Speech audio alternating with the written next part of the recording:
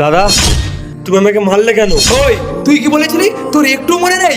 তুই বলেছিলি তুই 1 বছরের মধ্যে আর্মিতে জয়েন করবি। 2 বছর হয়ে গেল, এখনো তো আর্মিতে জয়েন করতে পারলি না।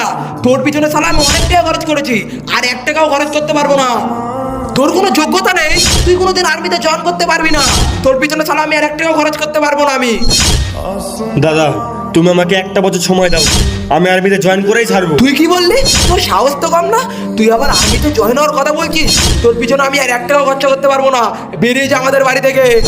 इश्क सच्चा वही जिसको मिलती नहीं। কিরে ভাই, তুই আর্মির ড্রেস পরে তুই কি আর্মিতে জয়েন করে ফেলেছিস? বাহ, এটা তো খুব খুশির খবর। আমি স্বপ্ন দেখছি না তো? দাদা, তুমি স্বপ্ন দেখছো না, আমি সত্যি আর্মিতে জয়েন করেছি। বাহ, মনটা শান্তি হয়ে গেল। চল ঘরে চল। না, আমি এই স্বার্থপর বাড়িতে থাকতে চাই না। তুমি কি বলেছিলে মনে আছে তো? তুমি বলেছিলা আমি কোনোদিনও আর্মিতে জয়েন করতে পারবো না। আজ আমি সেটাই করে দেখেছি, আর আজ থেকে আমি বর্ডারে থাকবো। ভাই যাস না।